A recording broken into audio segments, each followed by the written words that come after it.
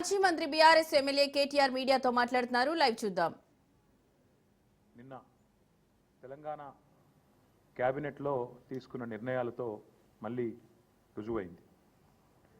రాజ్యాంగం అమల్లోకి వచ్చిన 75 ఏళ్ల సంబరాల సందర్భంగా దశాబ్దాలుగా కాంగ్రెస్ చేతిలో మోసపోతున్నది రైతన్నలే అనే సందేశాన్ని ఇస్తూ ప్రభుత్వం 15,000 ఇస్తామని చెప్పి 12,000 మాత్రమే అంటూ నిన్న 1,00,000 కండిషన్లు పెట్టి మళ్ళీ ఒకసారి రాజ్యాంగాన్ని అపహాస్యం చేసే విధంగా ఇచ్చిన మాటలకు విలువ లేకుండా జనవరి 26 నాడు రైతు భరోసా పేరిట మోసానికి శ్రీకారం చుడుతున్నది రేవంత్ రెడ్డి ప్రభుత్వం.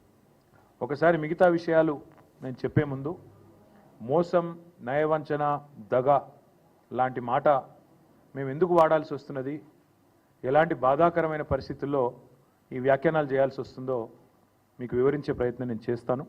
ముందుగా ఎన్నికలకు సరిగ్గా నెల రోజుల ముందు నుంచి 6 నెలల ముందు నుంచి రైతు డిక్లరేషన్ పేరిట వరంగల్లో వాళ్ళు మొదలుపెట్టిన రైతు డిక్లరేషన్ నుంచి తదనంతరం ఎన్నికల దాకా వాళ్ళు ఏం మాట్లాడారో దయచేసి ఒక్కసారి వారి మాటల్లోనే మీకు చూపెట్టే ప్రయత్నం చేస్తాను. ముందుగా ముఖ్యమంత్రి రేవంత్ రెడ్డి గారు ఆనాడు ప్రదేశ్ కాంగ్రెస్ కమిటీ అధ్యక్షుడిగా మాట్లాడిన మాటలు మీరు వింటారు.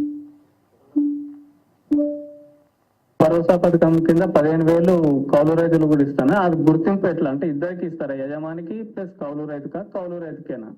ఇప్పుడు స్పష్టంగా అందులో భూ యజమానికి మీకు అంటే మీరు ఎందుకు ఇంత క్లియర్ గా ఉన్నా కూడా మీకు అనుమానం వచ్చిందో స్పష్టంగా మళ్ళొక్కసారి చదివి వినిపిస్తాం. మీకు ఇందిరమ్మ రైతు భరోసా పథకం భూమి ఉన్న రైతులతో పాటు కౌలు రైతులకు కూడా ఏడాదికి ఎకరాకు 15,000, భూమి లేని ఉపాధి హామీ కూలీలకు ప్రతి ఏడాది 12,000.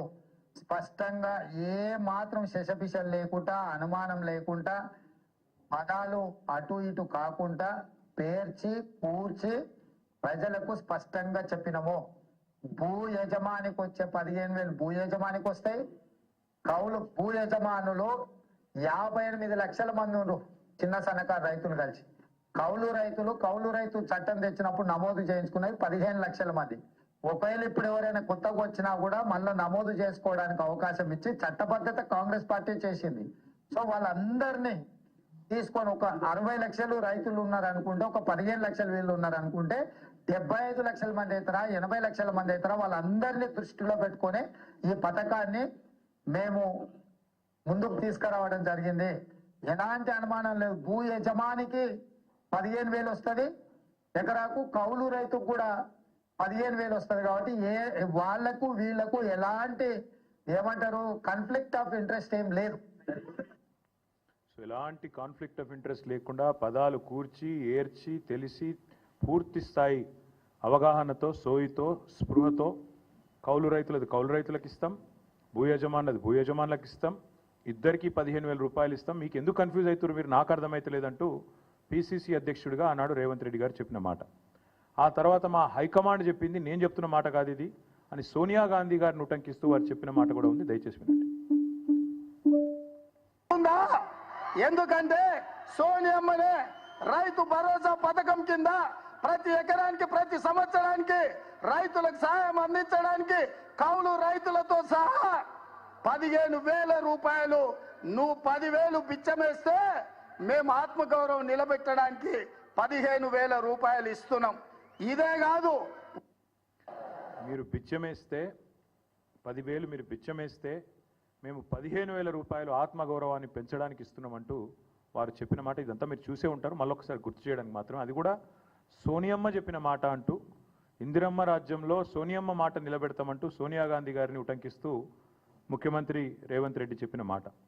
సరే, ఇక్కడ ఈ స్థాయి నాయకులు చెప్తే నమ్ముతలేరేమో అని చెప్పి వరంగల్లో రైతు డిక్లరేషన్ అనే ఒక భారీ బహిరంగ సభ పెట్టి వేలాదిగా రైతులను అక్కడ తీసుకొచ్చి రాష్ట్ర వ్యాప్తంగా అక్కడ కూడా ఢిల్లీ నుంచి వచ్చిన రాహుల్ గాంధీ గారితో కూడా ఇదే మాట చెప్పించారు. దయచేసి అది కూడా ఒకసారి రాహుల్ గాంధీ గారి బయట కూడా మీరు వినాలి. हमने वरंगल डिक्लेरेशन किया और उसमें हमने तेलंगाना के किसानों से वायदे किए. मैंने कर्जा माफी की बात की, एमएसपी की बात की, 15,000 रुपए प्रति एकड़ डायरेक्ट बेनिफिट हम किसानों को देने जा रहे हैं। और रेवंत जी ने पूरा डिक्लेरेशन पढ़ा। यह सिर्फ एक डिक्लेरेशन नहीं है, यह किसानों के लिए कांग्रेस पार्टी की गारंटी है। ఇది డిక్లరేషన్ కాదు, కాంగ్రెస్ పార్టీ రైతులకిచ్చే ఒక గ్యారంటీ. రేవంత్ రెడ్డి గారు కూడా మొత్తం చదివిన డిక్లరేషన్ నేను కూడా చదువుతున్నా అని చెప్పి 15,000 రూపాయలు ఖచ్చితంగా ఇస్తామని చెప్పి రాహుల్ గాంధీ గారు వరంగల్లో వేలాది మంది రైతుల సమక్షంలో తెలంగాణ రైతులకు ఇచ్చిన మాట. అందుకే ఇవాళ తెలంగాణ ప్రభుత్వం తీసుకున్న ఈ నిర్ణయం ఏదైతే ఉందో 15,000 రూపాయలు ఇస్తాం ఎకరానికి అని చెప్పి ఇవాళ 12,000కే కుదించి సంబురాలు చేయమంటున్న రేవంత్ రెడ్డి ప్రభుత్వం ఖచ్చితంగా తెలంగాణ ప్రజానికాన్ని, తెలంగాణ రైతాంగానికి తీరని ద్రోహం చేస్తున్నది, తీరని అన్యాయం చేస్తున్నది. ఇది ఈ ద్రోహాన్ని, ఈ వంచనని తెలంగాణ రైతులు ఎట్టి పరిస్థితిలో మరి క్షమించరు అనేది తప్పకుండా మా పార్టీ యొక్క ఆలోచన. అందుకే నమ్మి ఓటేసిన పాపానికి డిక్లరేషన్ల పేరిట మీరు ఇచ్చిన వాగ్దానాలు, గ్యారంటీల పేరిట మీరు చెప్పిన మాటలు పచ్చి మోసం అని చెప్పి ఇవాళ తెలంగాణ రైతన్నలందరికీ అర్థమైంది. కాంగ్రెస్ పార్టీని ఖచ్చితంగా భవిష్యత్తులో పాతరేస్తారని చెప్పి మేమైతే బలంగా అనుకుంటా ఉన్నాం. నిజంగా చెప్పాలంటే మోసం అనే పదం కాంగ్రెస్ పార్టీకి సంబంధించినంత వరకు చాలా చిన్న పదం. దగా, నయవంచన, ఈ పదాలు కూడా నిజంగా చెప్పాలంటే సరిపోవు. డిక్షనరీలో కొత్త పదాలు ఎతకాలి వీళ్ళు చేసిన ఈ ద్రోహానికి. అందుకే ఇది ఒక చీకటి అధ్యాయంగా మిగిలిపోతుంది. కపట నాటకాలకు, నోరు తెరిస్తే పచ్చి అబద్ధాలకి, ఇంకొక మాటలో చెప్పాలంటే అబద్ధానికి అంగీలాగు దొడిగితే ఇగో ఈ కాంగ్రెస్ పార్టీ నాయకత్వంలాగా ఉంటుందని చెప్పి వాళ్ళ రాష్ట్ర రైతాంగాన్ని మొత్తానికి కూడా అర్థమైంది. కేసీఆర్ గారి పరిపాలనలో 10 ఏళ్లలో ఆనాడు రుణమాఫీకి, అదేవిధంగా రైతు బంధు పథకానికి, రెండింటికి మాత్రమే నేను చెప్పేది, మిగతా చెప్పని కూడా చెప్పట్లేదు. డైరెక్ట్గా రైతుల ఖాతాల్లో పడ్డ పైసల గురించి మాత్రమే చెప్తున్నా నేను. రైతు బంధు రూపంలో 73,000 కోట్లు, 27,500 కోట్ల రూపాయలు మీకు రుణమాఫీ రూపంలో, ఈ 2 పథకాలు మాత్రమే 1,00,000 కోట్ల రూపాయలు ఇవాళ రైతుల ఖాతాల్లో వేసిన ఘనత కేసీఆర్ ప్రభుత్వంది. ఇవాళ ఎన్నికల్లో మాట ఇవ్వకపోయినా, ఎన్నికల్లో ఓట్ల కోసం మీలాగా డిక్లరేషన్ల పేరిట మోసం చేయకపోయినా, రైతు బంధు లాంటి పథకాన్ని భారతదేశంలో పెట్టిన మొట్టమొదటిసారి పెట్టిన నాయకుడు స్వతంత్ర భారతదేశంలో కేసీఆర్ గారు. అందుకే కేసీఆర్ గారు రైతు బంధుగానే ఉంటారు, రేవంత్ రెడ్డి రాబందుగానే మిగిలిపోతాడు, రైతుల పాలిట రాబందుగానే మిగిలిపోతాడనే మాట నేను ఖచ్చితంగా చెప్తా ఉన్నాను. రేవంత్ రెడ్డి గారే చెప్పినారు, ఇంకా చెప్పాలంటే చాలా వీడియోలు ఉన్నాయని చెప్పిన మాటలు. డిసెంబర్ 3కు ముందు తీసుకుంటే 5,000, డిసెంబర్ 3 తర్వాత తీసుకుంటే 7,500 రూపాయలు ఇస్తానని చెప్పి ఆనాడు ఎన్నికల కమిషన్కు ఉత్తరం రాసి రైతు బంధు ఆపి సన్నాయి నొక్కులు నొక్కిన వాడు రేవంత్ రెడ్డి. ఆ రోజు 10,000 రూపాయలు కేసీఆర్ గారు 2 పంటలకు ఇస్తుంటే 3 పంటలకు ఇయ్యవా, 3వ పంటకి ఇయ్యవా అని అవహేళన చేసిన వాడు రేవంత్ రెడ్డి. 10,000ను బిచ్చమన్నవాడు, ముష్టి అన్నవాడు రేవంత్ రెడ్డి. మరి ఇవాళ మేము అడుగుతున్నాం, 10,000ను ముష్టి అంటివి, బిచ్చమంటివి, 15,000 ఇస్తానంటివి, ఇవాళ 12,000కు సరిపడి మళ్ళీ అదేదో గొప్ప విషయంలాగా చెప్పుకుంటే సిగ్గనిపిస్తలేదా నీకని అడుగుతా ఉన్నాం. కనీసం మాత్రం చీమగుట్టినట్టన్నా అనిపిస్తలేదా? ఇచ్చిన మాటలు ఈ రకంగా సిగ్గు లేకుండా తప్పుతుంటే కనీసంగా కూడా ఏం అనిపిస్తలేదా అని అడుగుతా ఉన్నాం. ఓడదాటదాకా ఓడమల్లన్న, ఒడ్డుకెక్కినాక బోడమల్లన్న. ఇక అది కాంగ్రెస్ పార్టీ యొక్క వైఖరి మొదటి నుంచి కూడా. రాహుల్ గాంధీ నుంచి మొదలు పెడితే రేవంత్ రెడ్డి దాకా అందరి వైఖరి అదే. నేను అడుగుతా ఉన్న రాహుల్ గాంధీని కూడా, కష్టం వస్తే వస్తా అంటివి, ఇది నా గ్యారంటీ అంటివి, పిలువుండ్రి వస్తా అంటివి. వాళ్ళ తెలంగాణ రైతులు అడుగుతున్నారు, రాహుల్ గాంధీ గారు ఎక్కడున్నారు మీరు? అసలు మీ ప్రభుత్వం ఇన్ని మోసాలకు పాల్పడుతుంటే, రైతు భరోసాని కూడా ఇవాళ రైతు నిరాశగా మారుస్తుంటే, రాష్ట్రంలోని రైతాంగాన్ని నయవంచన చేసి గొంతుకొస్తుంటే ఎక్కడ ఉన్నావు రాహుల్ గాంధీ అని నేను అడుగుతా ఉన్నా. వచ్చే దమ్ముందా? వరంగల్కి వస్తావా? ఏదైనా ఒక గ్రామానికి వచ్చి రైతులతో కూర్చుంటావా? మాట్లాడతావా? కనీసం ఎందుకు ఈ రకంగా మోసం చేస్తున్నదో నీ రేవంత్ రెడ్డి ప్రభుత్వం చెప్పే ధైర్యం ఉందా? మేనిఫెస్టోలో ఇచ్చిన మాటను నిలబెట్టుకున్నందుకు ముందుగా ముఖ్యమంత్రి నుంచి మొదలు పెడితే రాహుల్ గాంధీ దాకా ఖచ్చితంగా తెలంగాణ రైతాంగానికి క్షమాపణ చెప్పాల్సిందే. మీరే ఇచ్చినారు వ్యవసాయ డిక్లరేషన్ అని, మీరే చెప్పినారు మాటలు, బోనస్ అన్నారు, ఇంకోటి అన్నారు, చాలా బోగస్ మాటలు మాట్లాడినారు. కానీ వీటన్నిటికంటే దరిద్రం, వీటన్నిటికంటే నికృష్టమైన మాట నిన్న రేవంత్ రెడ్డి గారు మాట్లాడినారు. ఇది పేపర్లో రిపోర్ట్ అయింది, దాని ప్రకారమే నేను మాట్లాడుతూ ఉన్నా. తెలంగాణ కాకుండా ఉమ్మడి ఆంధ్రప్రదేశ్లోనే బాగుండే ప్రభుత్వ ఉద్యోగులకనే ఒక నికృష్టమైన భావదారిద్రపు మాట తెలంగాణ ముఖ్యమంత్రి మాట్లాడడం అనేది ఇది నిజంగా కూడా తెలంగాణ ఆత్మగౌరవాన్ని కించపరచడమే. అసలు నీకు సిగ్గుందా?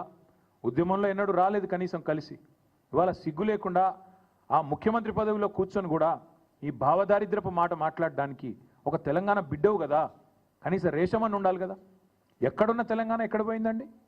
10 ఏళ్లలో భారతదేశానికే ఆదర్శంగా నిలబడ్డ తెలంగాణను పట్టుకొని ఉమ్మడి ఆంధ్రప్రదేశ్లోనే బాగుండే పరిస్థితులను మాట్లాడడానికి నీకు మనసెట్లొచ్చింది? నీ రాష్ట్రాన్ని నువ్వే కించపరచడానికి నువ్వు ముఖ్యమంత్రి అనే ఇంగితం కూడా నీకు లేదా? ఆ మాత్రం సోయి కూడా లేదా అని బాధతో అడుగుతా ఉన్నా. ఒక ముఖ్యమంత్రి పదవిలో కూర్చున్నావు, అదృష్టవంతుడివి నువ్వు. ఎంత గొప్పగా మాట్లాడాలి నువ్వు నీ రాష్ట్రం గురించి, నీ ప్రభుత్వం గురించి కూడా గొప్పగా చెప్పుకోవద్దంటలేదు మేము. కానీ రాష్ట్రాన్ని చిన్నగా చేసి చూపెట్టడం అనే దౌర్భాగ్యం అనేది ఉందో నిజంగా కూడా బాధాకరం. ఇంకా దారుణం ఏంటంటే రాష్ట్రాన్ని చిన్నగా చేస్తాడు. ప్రభుత్వ ఉద్యోగుల పరిస్థితి అట తెలంగాణలో బాగా లేకుండానట, ఉమ్మడి ఆంధ్రప్రదేశ్లో బాగుండేనట. ఎందుకు 73% జీతం పెంచినందుకు బాగా లేకుండేనా? లేకపోతే భారతదేశంలోనే హైయెస్ట్ పే స్కేల్ కేంద్ర ప్రభుత్వ ఉద్యోగుల కంటే కూడా అత్యధికంగా జీతాలు ఇచ్చినందుకు బాగా లేకుండేనా? అత్యధికంగా పెన్షన్లు ఇచ్చినందుకు బాగా లేకుండేనా? లేదా ఇదే ప్రభుత్వ ఉద్యోగులు మన రాష్ట్రాన్ని అగ్రభాగాన భారతదేశంలో నిలబెట్టినందుకు బాగా లేకుండేనా? ప్రపంచంలోనే అతిపెద్ద లిఫ్ట్ ఇరిగేషన్ ప్రాజెక్టు కట్టింది ఇదే ప్రభుత్వ ఉద్యోగులు కాదా? ఇదే ప్రభుత్వంలోని ఇరిగేషన్ డిపార్ట్మెంట్ కాదా? రాష్ట్రాన్ని భారతదేశంలోనే తలసరి ఆదాయంలో నిలబెట్టింది అగ్రభాగాన ఇదే ప్రభుత్వ ఉద్యోగులు, ఇదే ప్రజలు కాదా? రాష్ట్రాన్ని వ్యవసాయంలో ఇబ్బడి ముబ్బడిగా ఉత్పత్తులు వచ్చినాయంటే ఒకవైపు వ్యవసాయ శాఖ అధికారులు, తెలంగాణ రైతులు అందరూ కలిసి కష్టపడితేనే కదా ఫలితాలు వచ్చినాయి. మరి అట్లాంటిది తెలంగాణలో ప్రభుత్వ ఉద్యోగుల పరిస్థితి బాగాలేదు, ఉమ్మడి ఆంధ్రప్రదేశ్లోనే బాగుండే అనే నికృష్టపు మాట ముఖ్యమంత్రి నోట రావచ్చునా? ఇవన్నీ కాకుండా పచ్చి అబద్ధాలు చెప్పడమే వీళ్ళు అలవాటుగా మార్చుకున్నారు. ఎందుకు ఇస్తలేవా రేవంత్ రెడ్డి పెన్షన్లు అంటే పచ్చి అబద్ధం. ఎందుకు ఇస్తలేవా రేవంత్ రెడ్డి 100 రోజుల్లో 6 గ్యారంటీలు అంటే ఆర్థిక పరిస్థితి లేదు, దివాలా తీసినది, నాశనం అయిపోయింది, అప్పుల పాలైపోయింది అని దివాలా కోరు మాటలు మాట్లాడుతున్నాడు ముఖ్యమంత్రి. నేను ఇదే ముఖ్యమంత్రి, ఇదే కాంగ్రెస్ పార్టీ నాయకులు ఎన్నికలకు ముందు మీరు అడిగినారు, రిపోర్టర్లు నిలదీసినారు. మీరు I applaud you, I congratulate you. మీరు అడిగినారు సూటిగా, మీరు అడ్డగోలు హామీలు ఇస్తుండ్రు, ఎట్లా అమలు చేస్తారు అని అడిగినరు. అడిగితే ఆ రోజు పెద్ద పెద్ద డైలాగులు కొట్టిండ్రు. మాకు అంతరికే, మేము 100 సంవత్సరాల పార్టీ, మాకు తెలియదా, మీరు మాకు చెప్పేటోళ్ళ, మేము పెద్ద పోటుగాళ్ళం అని బిల్డప్ ఇచ్చిందే వీళ్ళు. ఒక్కసారి వినండి మేము చెప్పిన మాటలు, మేము కాదు వాళ్ళు చెప్పిన మాటలు. ఆ రోజు రేవంత్ రెడ్డి గారు పిసిసి ప్రెసిడెంట్ రాష్ట్ర ఆర్థిక పరిస్థితి గురించి మాట్లాడిన మాటలు వినండి. ఎవరు చెప్పారు? ఎవరన్నారా మాట అంటున్న? కర్ణాటక రాష్ట్రానికంటే తెలంగాణ రాష్ట్రం ఆదాయం తక్కువ అని. అది తప్పుడు ప్రచారం. అక్కడ ఉన్నాయి 224 అసెంబ్లీలు, అక్కడ ఉన్న జనాభా ఎంత, రాష్ట్రం బడ్జెట్ ఎంత. ఇక్కడ ఉన్న జనాభా ఎంత, ఈ రాష్ట్రం బడ్జెట్ ఎంత. దేశంలోనే అత్యధిక ఆదాయం ఉన్న రాష్ట్రం తెలంగాణ రాష్ట్రం. దేశంలోనే అత్యధిక ఆదాయం ఉన్న రాష్ట్రం తెలంగాణ రాష్ట్రం. అదేమో ప్రతిపక్షాలు ఉన్నప్పుడు, ఇప్పుడేమో వేరే మాట మాట్లాడి అది కూడా చూపెడతా. బట్టి విక్రమార్క గారు ఇవాళ deputy chief minister and also Nishant sir, మీరు రాష్ట్ర ప్రజల కోసం రకరకాల హామీలు ఇచ్చారు, కానీ ఆ హామీలు నెరవేర్చడానికి అయ్యే ఖర్చు ఇప్పుడు రాష్ట్ర ఆదాయం కన్నా 3 ఉంది. అది రాష్ట్ర లయబిలిటీస్ మీద, రాష్ట్ర అప్పు మీద భారం పడుతుంది. అంటే ఏ యువత కోసం మీరు ఇన్ని హామీలు ఇచ్చారో చివరికి వారి మీదే భారం పడుతుంది కదా. మీరు దీన్ని ఎలా సాల్వ్ చేద్దాం అనుకుంటున్నారు? ముందు ప్రజలకు మేలు చేయాలనేటువంటి సంకల్పం చాలా ముఖ్యమైనది. 2 ఆదాయాలను సమకూర్చుకోవటంలో అపారమైనటువంటి అనుభవం ఉన్నటువంటి కాంగ్రెస్ పార్టీకి ఇది పెద్ద సమస్య కాదు. ఈరోజు రాష్ట్రంలో తీసుకొచ్చినటువంటి 5 లక్షల కోట్ల అప్పుల్లో ఈ కాళేశ్వరం మీద ఖర్చు పెట్టినటువంటి ఆ 80,000 కోట్ల 1,00,000 కోట్ల మధ్యలో ఉన్నటువంటి సంపద ఇప్పుడు అది అవసరం లేదు. రేపు పొద్దున భవిష్యత్తు 50,000 కోట్ల రూపాయల పేరు మీద మీరు మిషన్ భగీరథ కోసం ఖర్చు పెట్టినటువంటి ఖర్చు కూడా ఇప్పుడు రాబోయే కాంగ్రెస్ ప్రభుత్వాలకి అవసరం లేదు. ఇటువంటి వాటన్నిటిని జాగ్రత్తగా పోగేసుకుంటూ దోపిడీకి గురి కాకుండా జాగ్రత్త ఫిల్ఫ్రేజ్ చేసి ఆదాయాన్ని పెంచుకొని ఆ వనరులతో ఈ సంక్షేమ కార్యక్రమాలు చేయడానికి మంచి అవకాశం ఉంది. నెంబర్ 1. చాలా చక్కగా దోపిడీకి గురి కాకుండా చేయొచ్చు, కడుపు కట్టుకుంటే అయిపోతుంది, మాకు తెలివి ఉంది, అసలు ఇంకా కొత్త అప్పులు అవసరం లేదు, చెప్పిన సుద్దులు డిప్యూటీ సీఎం గారు అన్నాడు, చాలా గొప్పగా చెప్పిన సుద్దులన్నీ కూడా మీ కళ్ళ ముందు ఉన్నాయి. ఆ రోజు ఇంకొక అబద్ధం కూడా ఇవాళ చెప్తున్నది అబద్ధం అనడానికి. ఆ రోజు 5 లక్షల కోట్లు అని చెప్పిండు. ఆయన మొదలు 10 సంవత్సరాల పాటు అసెంబ్లీలో ఉన్నాడు, ప్రతి బడ్జెట్ స్పీచ్లు విన్నాడు, ప్రతిసారి బడ్జెట్ చర్చలో అప్రాప్రియేషన్ చర్చలో పాల్గొన్న బట్టి గారు ఆ రోజు 5 లక్షల కోట్లు అన్నాడు. ఇప్పుడు రేవంత్ రెడ్డి గారితో సావాసం చేసి డిప్యూటీ సీఎం అయినాక అప్పు సడన్గా 7 లక్షల కోట్లు అయింది, 8 లక్షల కోట్లు అయింది అని చెప్పి అడ్డగోలుగా మాట్లాడుతున్నాడు. ఇక ఇంకొక ఆయన ఉన్నాడు మహానుభావుడు కోమటిరెడ్డి వెంకటరెడ్డి గారు. ఇక ఆయన చాలా గొప్పగా చెప్పినప్పుడు ఎట్లా చేస్తారా మీరంటే ఆయన చెప్పింది అది కూడా వినండి. కాబట్టి మేము ఇచ్చిన స్కీమ్స్ చాలా ఈజీగా 100 రోజులలో అమలు చేస్తామని ఇంత ఈజీగా చెప్తున్నాం మేము. అంటే మాకు లెక్కలు లేకుండానే 5 times మీ ఎమ్మెల్యే మినిస్టర్ ఎంపీగా ఉన్నాను మేము చెప్తామా? 100 days చూస్తూనే అయిపోతాయి. ఇప్పుడు ఆర్టీసీ బస్సెస్ ఫ్రీ పోతున్నాయా? గృహలక్ష్మి స్టార్ట్ అయిందా? కర్ణాటకలో మా దగ్గర మహాలక్ష్మి స్టార్ట్ అవుతుందా? గృహలక్ష్మి మహాలక్ష్మి ఫస్ట్ మంత్ స్టార్ట్ చేస్తాం. అక్కడ రైస్ షార్టేజ్ ఉండి బయట స్టేట్లో కొని ఇచ్చే వరకు ఒక్క స్కీమ్ లేట్ అయింది, అది కూడా ఇప్పుడు స్టార్ట్ అయింది. మా దగ్గర అన్నీ ఉన్నాయి కదా, ఇన్కమ్ పెరుగుతుంది. బతుకులు ఇచ్చే తెలంగాణ ప్రతి ఒక్కరికి 5 లక్షలు సొంత ప్లేస్ ఉంటేనేమో 5 లక్షలు, లేకుంటే ప్లేస్ ప్లస్ 5 లక్షలు ఫస్ట్ 100 daysలోనే అలాట్ ఇస్తాం. ఇవంతా కలిసి బడ్జెట్ ఎంత తెలుసా?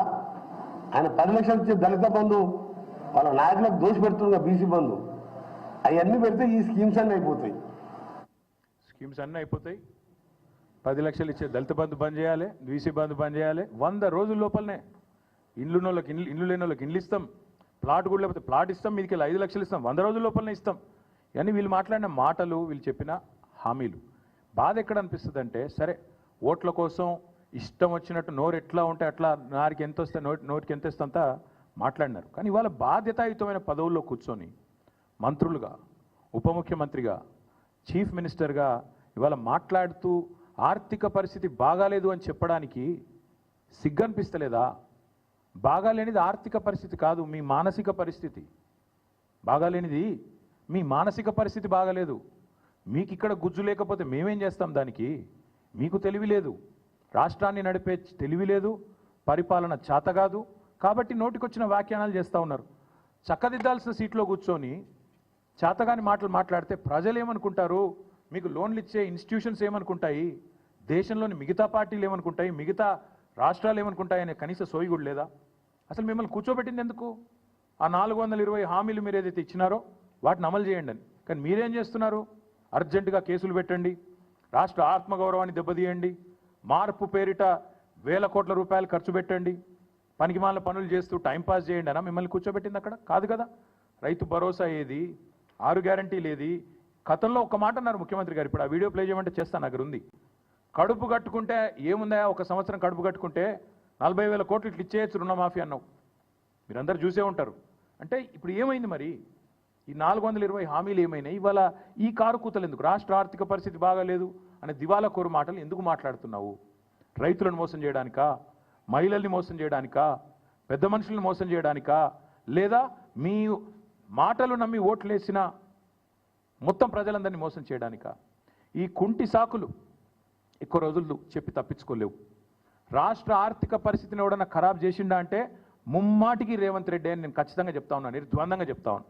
లేకపోతే చక్కగా పరుగులు పెడుతున్న రాష్ట్రాన్ని, పరుగులు పెడుతున్న హైదరాబాద్ రియల్ ఎస్టేట్ రంగాన్ని, హైడ్రా పేరిట, మూసీ పేరిట దౌర్భాగ్యం అంతా తెచ్చిందే ఈ కాంగ్రెస్ ప్రభుత్వం. మొత్తం వీళ్ళ విధ్వంసకరమైన ఆలోచనలతో, వీళ్ళ చాతగాంతనంతోనే రాష్ట్ర ఆర్థిక పరిస్థితి వాళ్ళ కుదేలైంది. నువ్వే బజార్లో పడి నేను నా ఆర్థిక పరిస్థితి బాగాలేదు అని 10 సార్లు చెప్తే కొత్త ఇన్వెస్టర్ ఎవడన్నా వస్తాడా?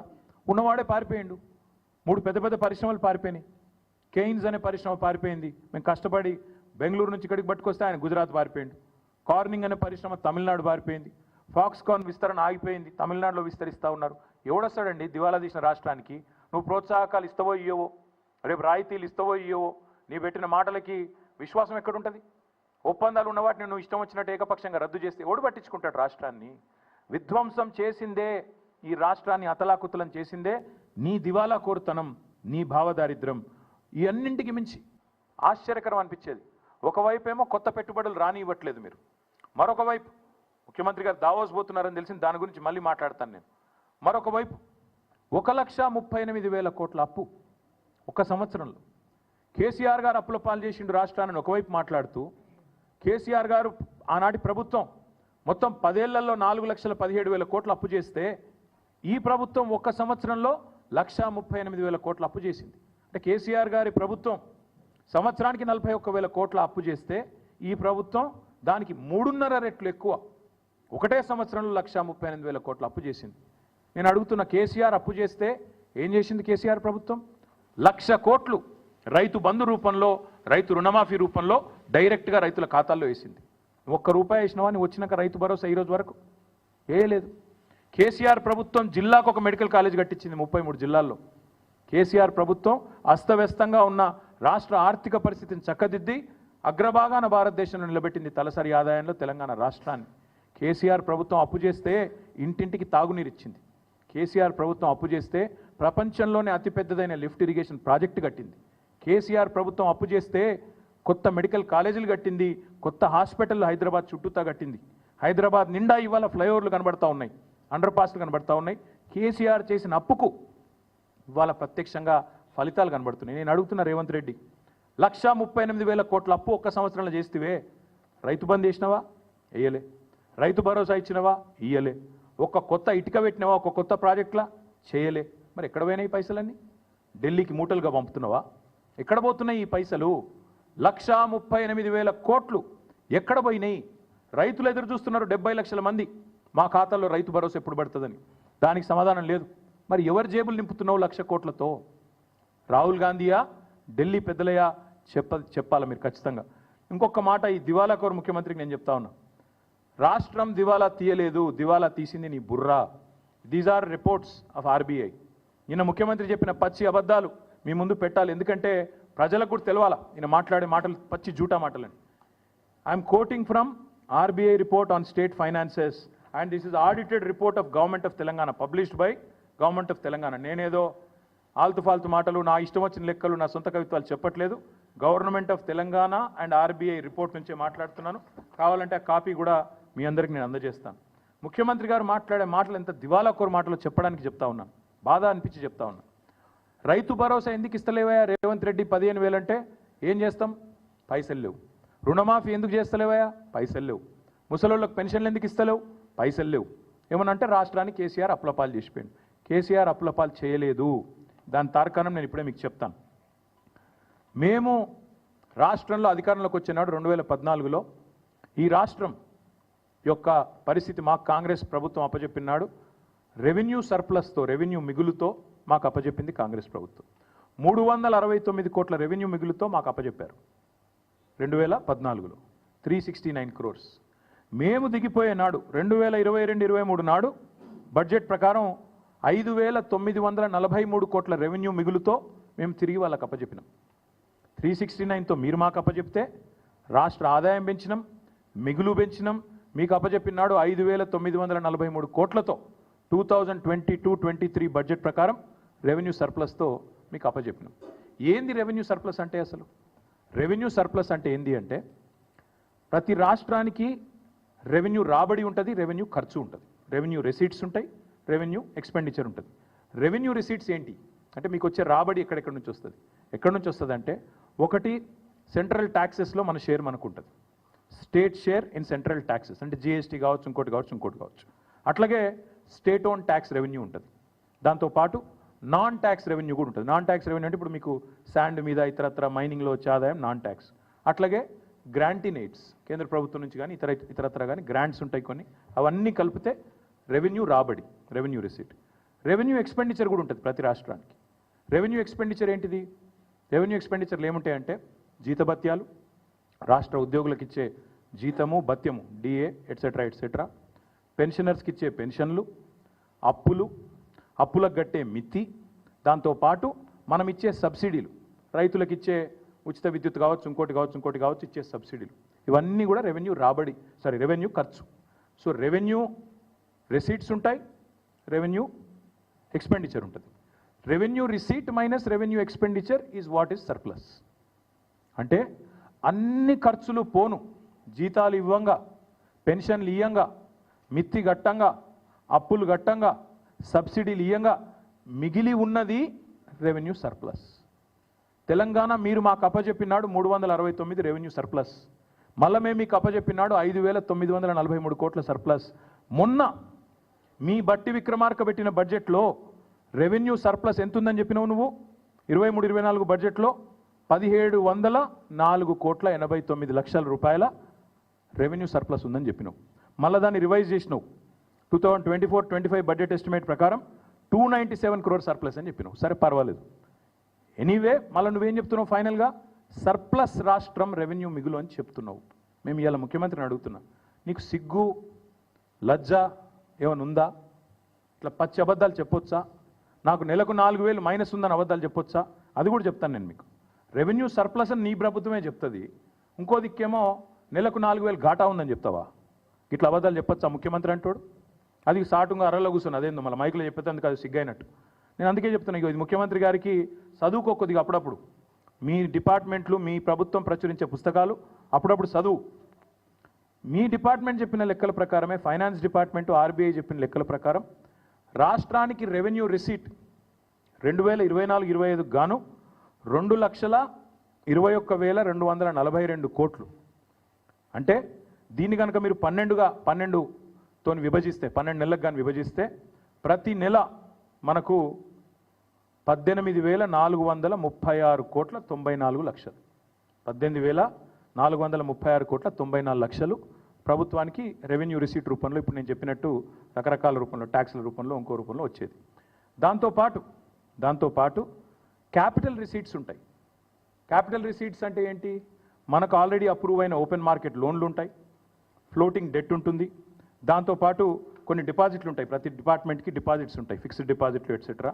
వాటి మీద కొంత కంటింజెన్సీ ఫండ్ ఎట్సెట్రా ఉంటాయి. అది ఒక 69,572 కోట్లు అకార్డింగ్ టు దేర్ రిపోర్ట్.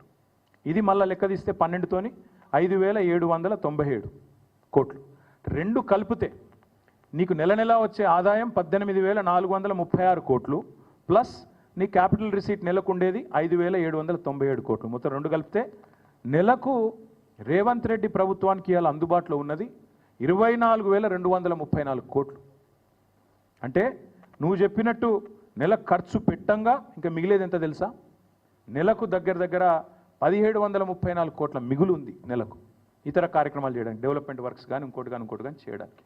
ముఖ్యమంత్రిని అడుగుతా ఉన్నా, ఇంత అబద్ధాలు చెప్పొచ్చా? 4,000 ఘాటా ఉందని చెప్పొచ్చా?